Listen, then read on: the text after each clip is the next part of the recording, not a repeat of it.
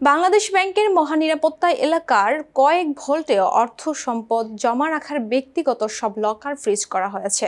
দুর্নীতি দমন কমিশন সন্দেহ করছে এসব লকারে গোপনে বিপুল পরিমাণ অপ্রদর্শিত অর্থ সম্পদ মজুত রয়েছে। বাংলাদেশ ব্যাংকের পরিচালক ও সহকারী মুখপাত্র শাহরিয়ার সিদ্দিকী বিষয়টি নিশ্চিত করেছেন।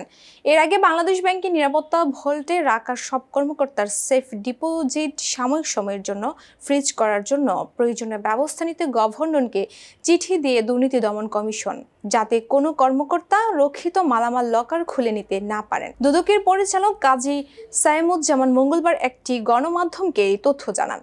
বাংলাদেশ ব্যাংকের গভর্নরকে দেয়া চিঠিতে বলা হয়, গত ২৬ জানুয়ারি আদালতের অনুমতিতে একজন ম্যাজিস্ট্রেটের উপস্থিতিতে অনুসন্ধানের উদ্দেশ্য গঠিত দুর্নীতি দমন কমিশনের টিম বাংলাদেশ ব্যাংকের কয়েক ভোল্টে রক্ষিত অভিযোগ সংশ্লিষ্ট সাবেক ডেপুটি গভর্নর শীতাংশু কুমার চৌধুরীর সেফ ডিপোজিট তল্লাশি করে।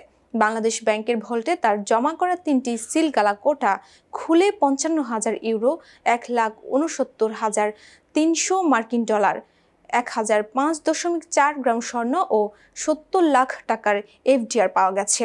তল্লাশিকালে রেজিস্টার পরীক্ষা করে দেখা যায়, সেখানে বাংলাদেশ ব্যাংকের অন্য কিছু কর্মকর্তারাও সিলগালা করে সেফ ডিপোজিট রেখেছেন। এসব সিলগালা কোটাতেও অপ্রদর্শিত সম্পদ থাকার অবকাশ রয়েছে। বাংলাদেশ ব্যাংকের বিভিন্ন পর্যায়ের কর্মকর্তাদের বিরুদ্ধে অর্থ পাচার সহ বিভিন্ন অভিযোগে দুদকের অনুসন্ধান চলমান রয়েছে বলে মনে করছে দুদক।